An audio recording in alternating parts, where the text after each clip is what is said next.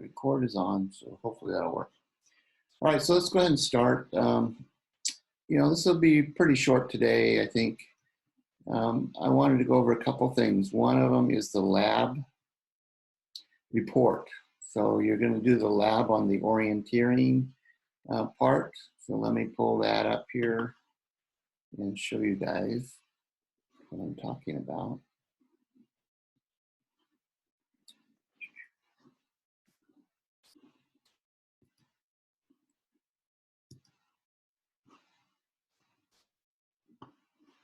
All right, so when I go to homepage, and then I'll scroll down to week 1, which is our current folder, and then we have our lab reports down here. So I want to talk about those here today, and then also up here in lab B, lab orienteering, says how to write a lab report. There's a video that some have reported having issues because it's asking for flash drive, and flash drive is on the way out of use in computer world, I guess. And then I recorded a new version today. I just have to find where it went on my computer, and then I'll post that up. But I want to talk about the lab part here in just a second. So let me let this last person in. And Raisa is coming in.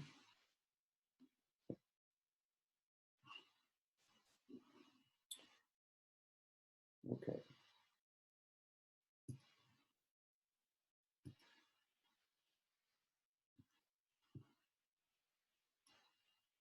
All right, so some of you have worked with me in classes that you've done lab reports officially, and some of them a little unofficially. This is when we do official lab reports, this is how you want to do it.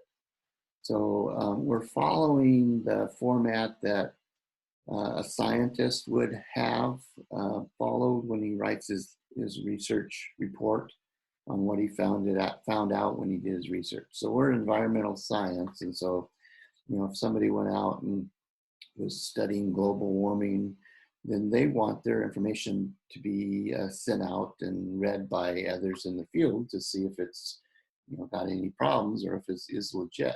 And then if it's legit, then it would go on to into the newspapers and journals and other places that the people, lay people would be able to read and interpret it. So it all starts out with somebody doing some research, and then they're going to take that research and put on, write up a report, and it follows a certain format. And so this is the format we're going to mimic. So it has a title, and so everything that you write will have a title.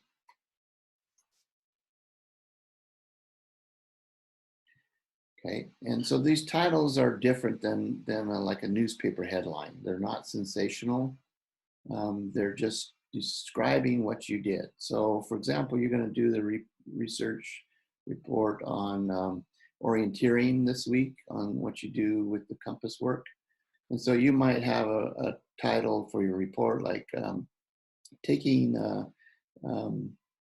locating your position on a map using a compass. And so it describes what you did. And so that people that were going to read this report would have an idea by just skimming through the title of what is available. I got to go back out to let anybody else in. So I just heard another bell coming. So just a second.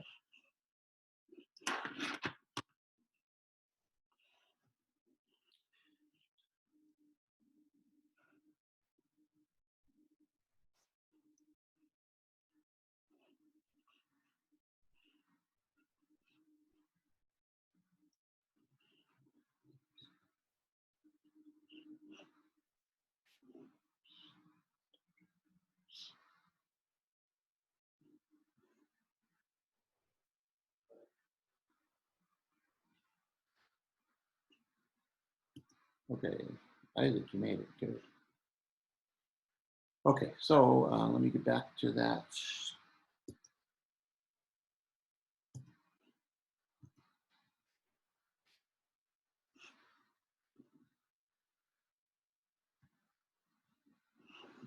Okay, so we just did the title. So now we're going to do the introduction. So the introduction is dealing with background research. So you're going to go into Google is generally what we'll do, and or you could go into a library, but most libraries are closed. So we'll go on online, go to Google, and you type in the topic. So we might type in the topic for today's or this week's lab, orienteering. So you're going to type in orienteering, and then it'll pull up all sorts of websites. And the idea is that you're going to look for things that will give you background information on what orienteering is, or how to find things with a map and a compass. And then you find 3 websites, and then you look at the first website, and then you write down with some note paper off to the side. You take notes as you read it, and then you close out that website. And then from that notes that you took, from those notes that you took, you're gonna take it and write up a paragraph on the computer for your report. Okay, all you need is 1 paragraph. And then at the end of that paragraph, you're gonna put a number that will tell the reader where that information came from. So it might be something like this. At the end of this paragraph, I'll put a number 1 and says, and that'll tell me it'll be corresponding to something down in the reference list that we have reference number 1 came from, and then we write the reference here. So it'd be Google address and so forth.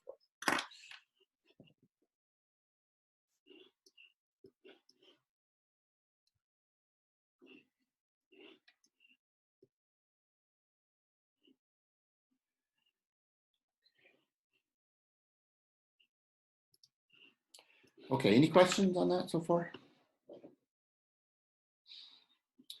All right, so when you write this up, you're going to have the title in the center of the page, and then you're going to have your title. You're going to be in bold print. And then you're going to do the introduction or literature review, which I prefer you call it literature review because you're reviewing the literature. That's bold print and centered in the page. And then your subsequent 3 paragraphs will follow, and each paragraph has a reference number. And again, it is not anything copy pasted into the your report. It's all in your own words, but you still have to cite references. And when we say cite references, you're going to put a number at the bottom of the paragraph. All right, so then the next section is the materials and methods. So this is the procedures and anything that you use. So you'll have a compass, a cell phone, smartphone. You might refer to an app that you use to get your cell phone, and the methods would be the step-by-step material that you follow. But I don't want you to put bullets and do step-by-step or do number 1, 2, 3. The materials and the methods section is just full sentence paragraph. The results are the next one, and the results tell the reader what you found out. You're just going to list your measurements. It doesn't explain what they mean, but they just have a place for them to be in your report. So if you took a bunch of measurements and had some numbers, you might put them in a table. That might be a good way. Or you might take a picture, or you might have a chart, a graph. No matter what you do, it should just convey what you measured or observed. And then you don't explain what they mean. If you use a photo or a chart or a photo or a graph or something like that, make sure you use a caption at the bottom of that. So that would tell the reader what he's looking at. If you just include a photo or a graph and you don't tell anything about what that is supposed to be representing, then the reader might lose interest at that point and stop reading your paper. And that would be unfortunate because you put in a lot of work on your paper. Okay, so that's the results. It doesn't explain anything. It just is just the data, okay, the observation. And then here in the discussion section, you actually will give meaning to the data. So you're discussing the results. Okay, so the results are what you observed. And now you're going to explain what those results mean. So, if you're trying to find your location on a map, you're going to explain that, well, I found my location on a map. It said I'm right here. And then you explain why you can say that. You took 2 points and they were point A and point B, and you read their location on a compass reading and you plotted it out on your map. And then that's what you're discussing. You can also do things like what went wrong in the experiment, or things that you might improve upon if you did it again. And then your references is your list of references that you're going to have for the introduction or literature review. These should follow a certain format. They should be APA format, American Psychological format, Association format. So APA or MLA. And there's a couple other formats, and I don't care which one you use, it's just as long as you follow the format. And you can find these in online, just type APA format or MLA format in a Google search, and you can use that. All right, and then just some things to remember: don't copy and paste anything.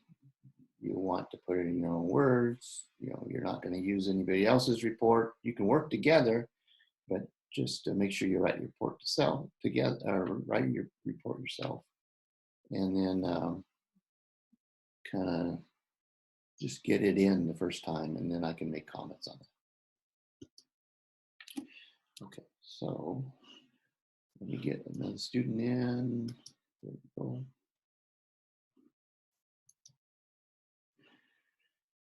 Okay. Anything I can clarify on the lab reports?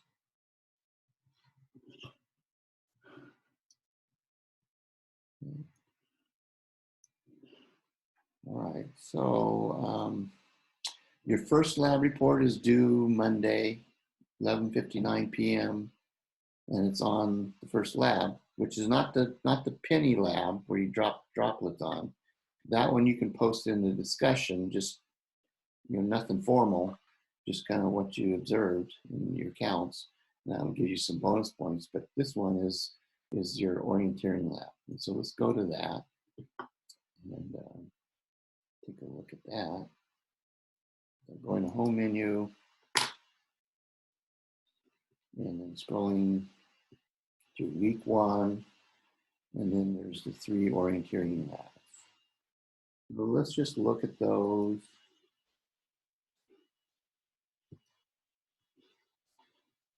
Okay, so right here. Okay, so orienteering 1, 2, and 3. Those are the ones you're going to be reading or have read. Okay, so the one thing I want you to find is go to this topo map, and I'll go there now. And I want you to figure out where you're at based on a map from this site. And so the quickest way, without going in all the workings of this is United States Geological Service, or USGS. Just center, click and hold and center and drag your map view into the center. And then you're going to start hitting the positive button over here. And then you can readjust it. And then you want to get to some place that's roughly where you're at.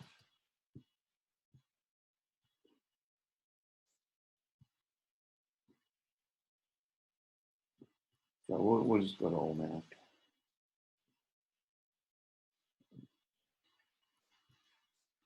All right, so when you look at OMAC, right here is the town in this area, and it's all pretty flat. There's nothing really distinguishing out there. But as you look a little bit further towards the north of OMAC, you do have some landmarks that you can see on the map. And so up here is a landmark that's called Coleman Butte. And it's, if you sit in the bowling alley parking lot or the Safeway parking lot in Omak, you can look towards the north or towards Oroville, and you can look at, there's a mountain up there, a little knob, it's not a mountain really, and it has some antennas up there. So if you can figure out where the top of that is, that's a good site to refer to where you're at. So, it looks like, the top of the mountain might be right about here. And then I just need another spot on here. And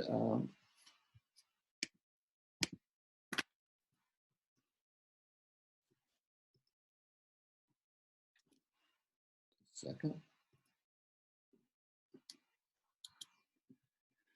All right, so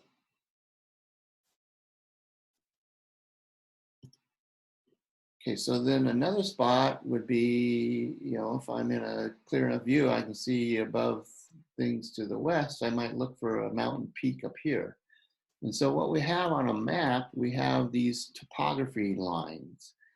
And so if I look at this part right here, so there's a lake over here called Green Lake.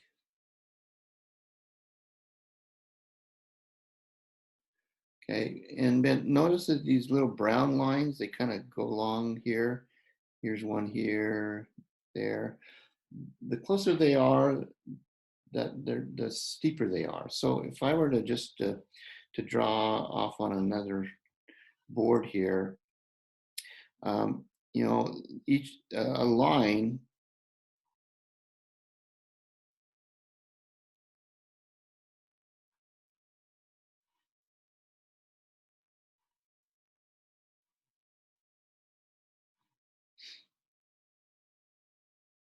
Okay, so here's a line, and this represents an elevation. So maybe this is 1,000 feet above sea level, and then there's another line that'll kind of run around in between inside of that, and that might be 1,200 feet above sea level. And then there'll be another one that kind of ends up as a peak. That's at maybe 1,300 feet above sea level. And then there's some other lines out here, and this is maybe 800. So about every 200 feet, they draw a different line, and it goes everywhere on the location of the map that is at that same elevation, 800 feet above sea level. And so when it looks like this, where they get closer and closer, and this is 800 and this is 1,300, if I look at from a side and I just do a cross section, basically I'm looking at a peak here. So this is the 1,300 feet. And so there was the peak right there. And then now here is the next one is 1,200 feet. And then here's the next one, 1,000 feet, and then down to 800 feet. So they're really taking a cross section and plotting it out on a flat view of this. So if you're able to do a pop-up, this little thing right here, this circle here in the middle, the 1,300 feet, would stick way up high, higher than everything else. Okay, and so that's what you're looking for when you're doing a map. You want to coordinate what you're seeing to what is on the map. Okay, so back to our map here. So we have, and I'm going to zoom in a little bit more.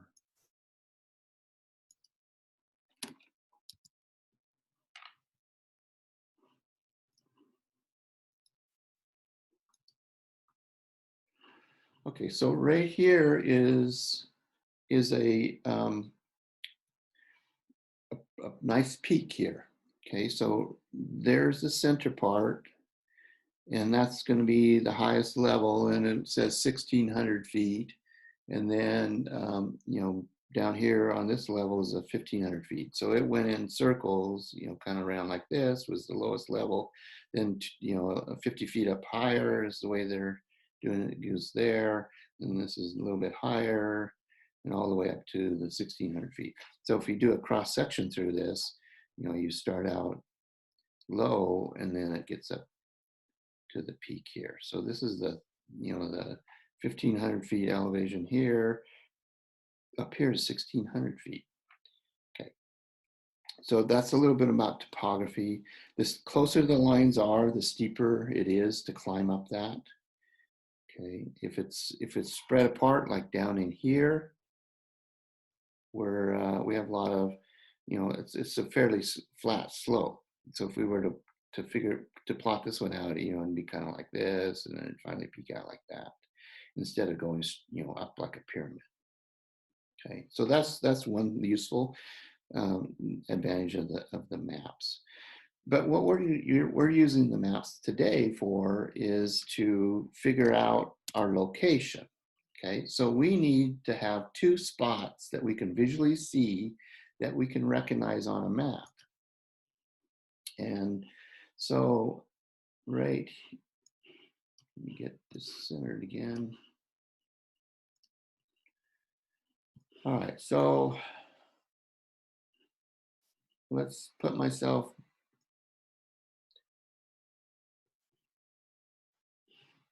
so I'm going west of town. And let's say I'm right here, and I'll draw a spot here.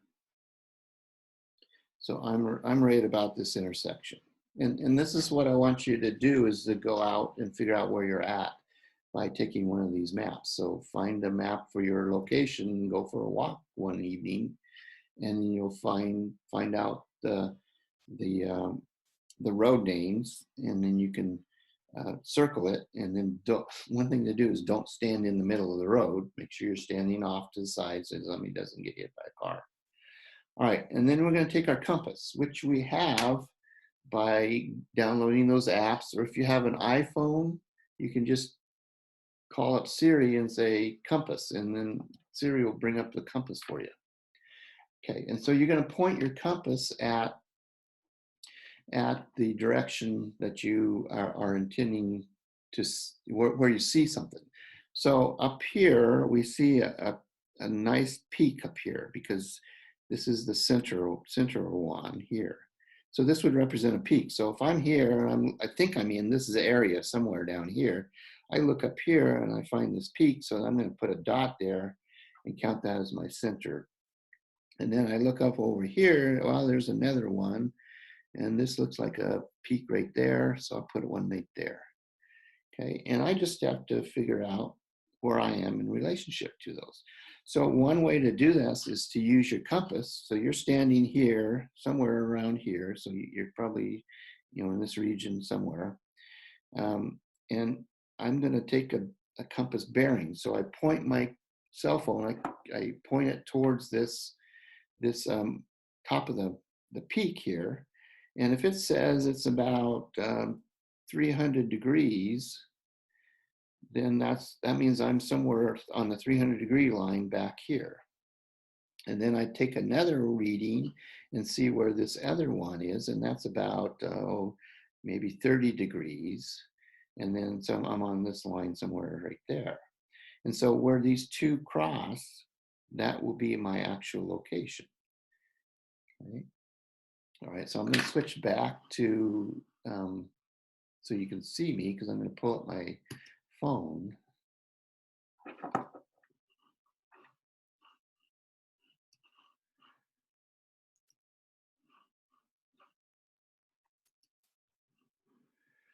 Okay, so if I can get this to come on. All right, can everybody see my phone? Yep, okay. So this is just the compass that Apple iPhone has.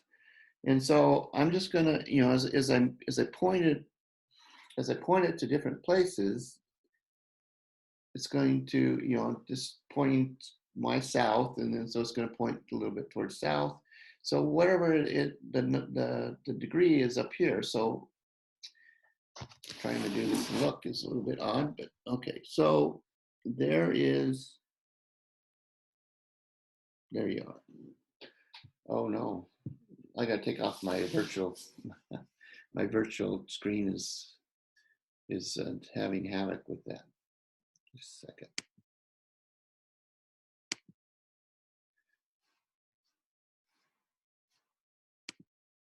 Okay. All right, so now you can see my compass a little bit better. And see it moves, as I'm moving it or twisting it around, the scale is turning. And so the number you're looking at, if you're pointing to a mountain off in a distance, and it reads, 70 or 60 up here, that's 60 degrees. There's 360 degrees in a compass. Okay, so we just have to figure out what we're looking at. So we point it towards the mountain, and then once it's looking at the mountain, then we can figure out the degrees that we're having. And so then we look at the other mountain. So we turn over here, and then we get another number. Okay? And so we have these two numbers, and then we just have to figure out how to make that work on a map. So the easiest way would be to be standing up and looking down on this. So you would have this flattened, and you would spin it around until the degrees number that you had on the mountain. So we had one mountain about maybe 280 degrees. It was the direction, and so we just rotate the phone on the flat map. So it's like this. We rotate it until it is 280 degrees at the top here. Okay, and we're laying it on the map here. And when we lay it on the map, then we're going to take a pen or pencil, and we're going to draw right along one line. So we put the peak up here on one side, and then we're going to just draw a line along this by using the straight edge of the phone until we get past where we think we might be. And so we're somewhere along that line, but we don't know where. So then if we rotate it and go to the other peak, maybe at 20 degrees, is the symbol, and we put that on the peak of the mountain up here, and we draw a line, and then where those two lines intersect, that is where we're going to be in reality. And then you can check on the map to see where you actually ended up. Okay, so let me get to a different screen here.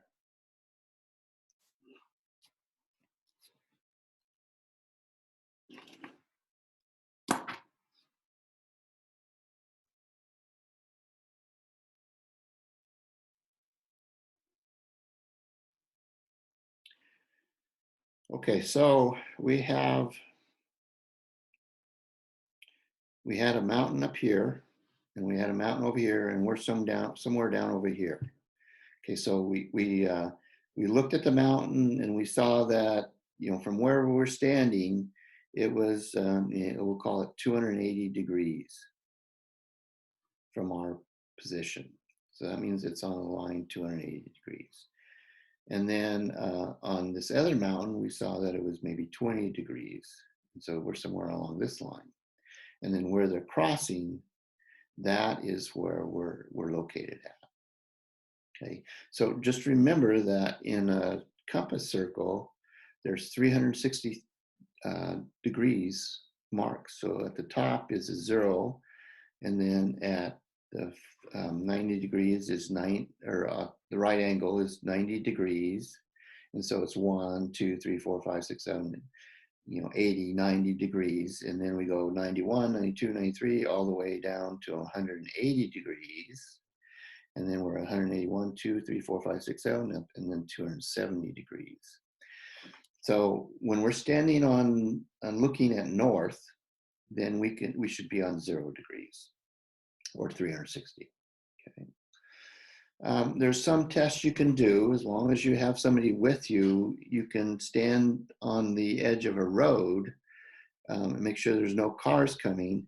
And then here's our road right here. And if if it's a straight road, and you look on the map that you will get from that website that I was showing you, you can see that it's north and south. So tops of maps are north, bottoms are south. And then once you figure those out, then east is onto the right and the west is to the left. So if we're on the edge of this road right here, we can check our compass work and see that we're pointing north by just sighting up the edge of the road.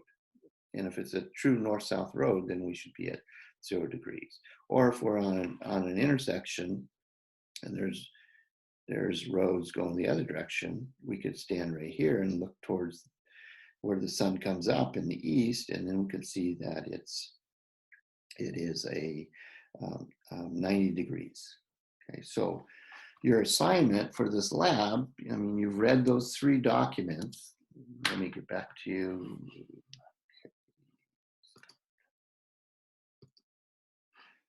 Okay. Did you see any of that I just did? Oh, I love this. Okay, let me backtrack. I thought I had it on a shared screen here. Let me go do this different. Okay.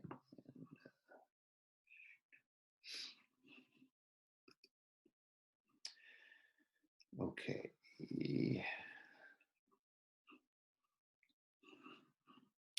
Share screen.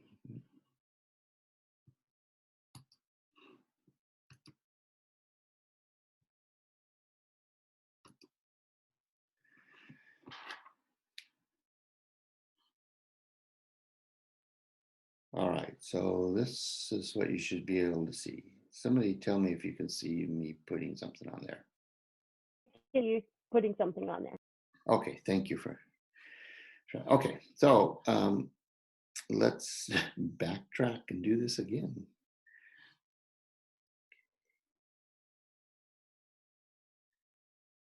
Okay, so what I was drawing is I have a mountain up here, and that I found on my, and it's one that I can recognize on my map, and so there's the peak right there, and then there's one over here. So you need to have 2 peaks, roughly 45 degrees difference, at least. It doesn't help to have 2 peaks side by side straight up north, because there's going to be a lot of air when they come back down here. Okay, so all right, so here's peak 1, here's peak 2, and so I'm somewhere down here. And when I used my compass, I took it out and I lined up with this mountain peak in the distance, and I show that it was 280 degrees. And then this one over here, I showed that it was 20 degrees. Okay. And then the trick was that I have to translate that to a map. So the idea was to lay the phone onto the surface of the map that you're looking at, whether it's on your laptop or hopefully you should try to print the map out. But here, and then we're going to line up the phone on 180, and so the phone's right here.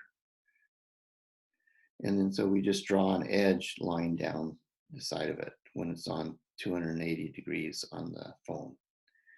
Okay, and then the same thing over here. We lay the phone down right beside it, set it at 20 degrees, and then we can draw a line.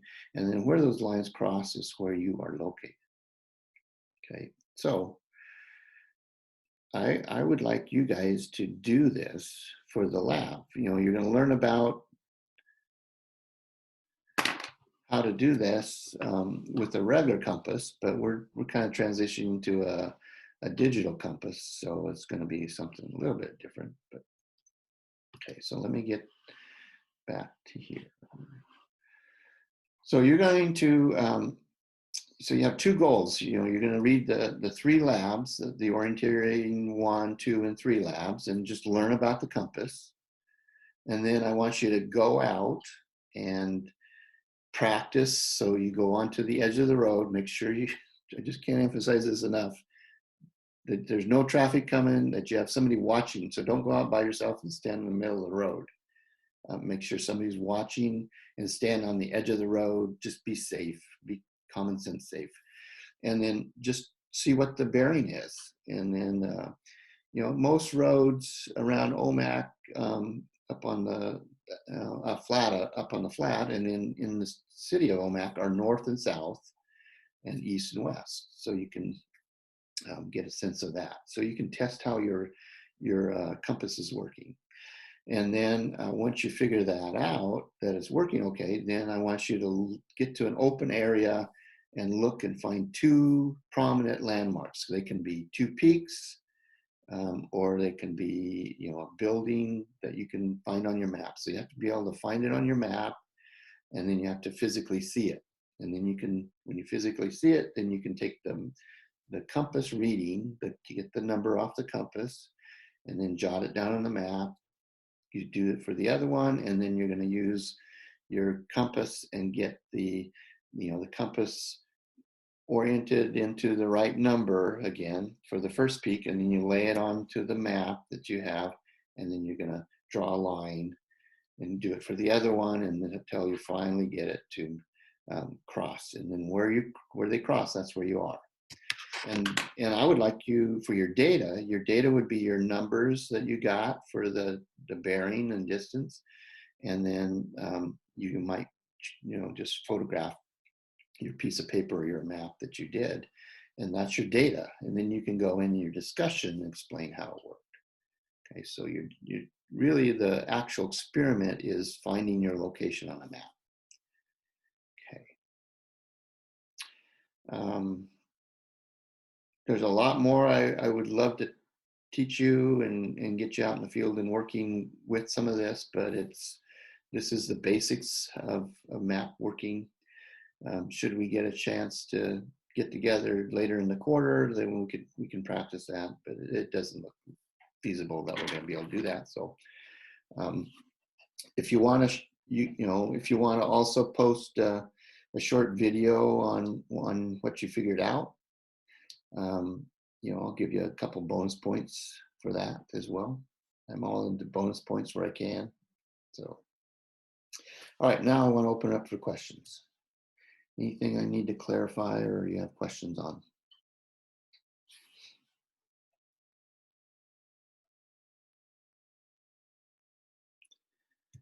Looking good. Okay. Okay, so everybody's clear on their assignment. We have the lab due on Monday by midnight. Okay. You have your test on Monday by midnight over chapter 1. And you have a discussion you need to do by midnight. You should do it sooner because you need to respond to one of the students. And then there's the bio that you should, most people have already put in the bio, so looks good. All right, I think that's it. We won't always be going very long some days. Some days I might go longer, but I'm just using this time to make sure we're clear on what our plans are for the week and for the experiment. If you have any questions about the map or how to do anything of this compass work, email me, and we can do a Zoom meeting to chat and explain things, how to do the labs or whatever questions you have. But let me know. Okay, one last, any questions from you guys? Okay. Thank you for being here. See you on Tuesday. Bye. Bye. Thank you. Bye.